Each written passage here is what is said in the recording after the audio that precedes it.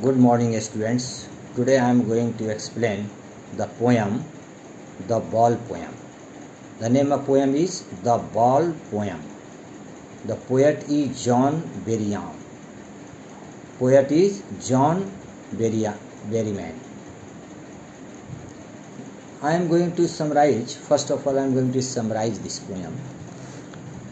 This poem is about a boy who loses a ball in the water. इसमें एक छोटे लड़के की कहानी है जो खेलते खेलते उसकी बॉल पानी में चली जाती है. He is very upset. When ball went into the water, he became very upset. Though the ball does not cost too much, चूँकि बॉल का कीमत कोई बहुत अधिक नहीं था, फिर भी it gives a big shock to him. Ball खोने का उसे बहुत बड़ा सदमा लगता है कि मैं कितने खुशी से बॉल से खेल रहा था, अब ये मेरा बॉल पानी में चला गया. He keeps staring at the place where his ball has gone. और एक टक वह खड़ा होकर देखता रहा कि मेरा बॉल जो है आखिर कहाँ खो गया, कैसे मैं इसको प्राप्त कर सकता हूँ. The poet sees all this. और पोएट दूर से ही ये सारी चीज़ों को देख रहा था कि कैसे क्या हो रहा है. But he doesn't interfere with the boys ruminations. लेकिन लड़के के इस बॉल खोने के संदर्भ में कुछ भी इंटरफेयर करना नहीं चाहता था. The poet thinks that the loss of the ball will teach the boy a lesson of accepting the loss with tolerance and pleasure. Poet ये सोचता है कि बच्चा का ये बॉल जो खो गया है उसमें यह बच्चा सोचे कि कितनी उसके बच्चे के अंदर एक टॉलरेंस है और उसमें कितनी उसकी प्लेजर जो है, आनंद किस तरह खोया हुआ है, वो देखना चाहता था. Everyone has to loss something और the other in this world. Still they are to survive and fulfill their obligations.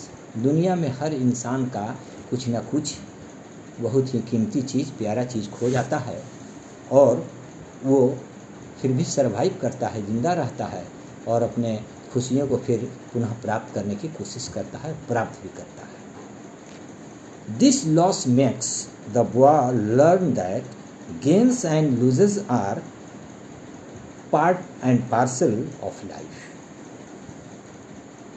ये लड़के को ये शिक्षा देगा कि जीवन में जो है पाना और खोना हर इंसान के जीवन में लगा रहता है. कभी प्राप्त होता है तो कभी कुछ हम लोगों का खो जाता है. One should accept them as common matter. हर इंसान को अगर कुछ क्षति हो जाए तो उसको साधारण मैटर मानकर उसको संभल जाना चाहिए और आगे का रास्ता उसमें खोजना चाहिए. Now I am going to explain the stanza of this poem. First stanza. What is the boy now who has lost his ball? What is he to do? I saw it go merrily bouncing down the street and then merrily over there it is in the water. In this first stanza, the poet tries to explain that, and he also asks a question to the reader.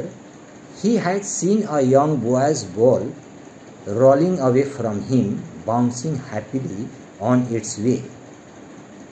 Poet देखता है कि एक बच्चा कितनी खुशी से ball उछाल रहा है, खेल रहा है रास्ते पर और बहुत ही उमंग से, खुशियों से भरा हुआ है. And finally falling into the water. और अंत में वो बॉल पानी के अंदर चला जाता है. ही asks his readers what the boy should do now. और हम लोगों से, हम पाठकों से प्रश्न करता है पोएट कि अब उस बच्चे को क्या करना चाहिए. Second stanza. No use to say oh, there are other balls, and ultimate shaking grief fixes the boy as he stands rigid, trembling, staring down all his young days into the harbor where his ball went. I would not intrude on him a dime. Another ball is worthless now. In these lines, the poet thinks for a moment.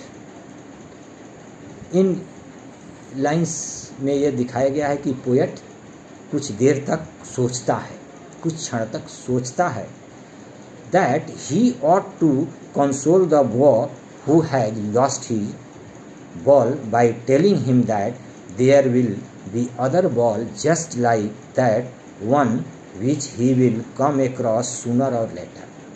Poet पहले सोचता है कि मैं जाकर बच्चे के पास जाऊं और उसको कहूं कि बच्चा तुम दुखी ना हो, बॉल तुम्हारा पानी के अंदर चला गया है, फिर भी तुम्हें दुखी होने की ज़रूरत नहीं है, इसी तरह का बॉल तुम्हें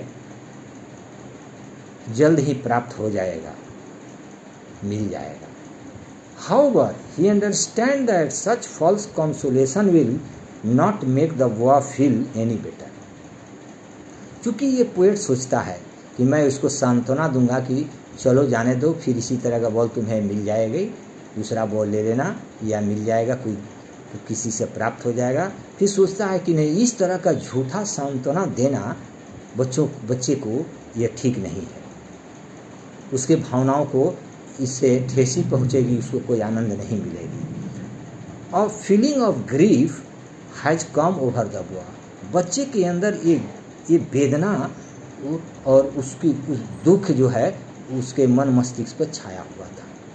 ही stand very straight for some time. कुछ देर के लिए बिल्कुल स्तब्ध होकर खड़ा रहा. ये क्या हो गया, मेरा बॉल पानी में चला गया, मैं इतनी खुशी से खेल रहा था, अच्छे से खेल रहा था. And then start shivering all over. उसके बाद कांपने लगता है कि जब मेरा बॉल चला गया मैं कैसे खेलूँगा, आगे क्या होगा. He watches the ball go into the harbour and down in the water. बच्चा खड़ा होकर देखता है कि बहुत दूर बॉल चला गया और जाकर वह पानी के अंदर वो बॉल समाहित हो गया. बच्चा बहुत दुखी होकर उसको एकटक देखे जा रहा था ball. And he feels that his childhood has also taken the same route away from him. और ये भी सोच रहा है कि मेरा बचपना जो है इसी तरह ये रास्ते में खो गया, मैं कितनी खुशी से खेल रहा था, मेरी खुशियाँ समाप्त हो गई. At such a time, the poet feels that it would be wrong to go up to the boy and intrude on his solitude. Poet सोचता है कि इस समय बच्चे के पास जाना गलत होगा, अच्छा नहीं होगा, उसको सांत्वना देना, उसकी भावनाओं के अंदर, उसके भावनाओं के बीच में बाधा देना ठीक नहीं होगा. Giving him a dime to purchase another ball will not hold any value for him. बच्चे के पास जाकर यह कहना कि दूसरी बॉल खरीद लेना या खरीद कर हम दे देंगे, ये बिल्कुल ही बच्चे के लिए यहाँ पर कोई उसके लिए मूल्य नहीं होगा, क्योंकि अभी तो वो खुशियों के साथ खेल रहा था और आगे बॉल मिलेगा, कैसा मिलेगा, कब मैं खेलूँगा, ये बच्चे को उस वक्त उस क्षण किसी प्रकार की खुशी नहीं दे सकता था. In this way remaining two stanzas, there are two remaining stanzas. I will explain in my next video. Thank you.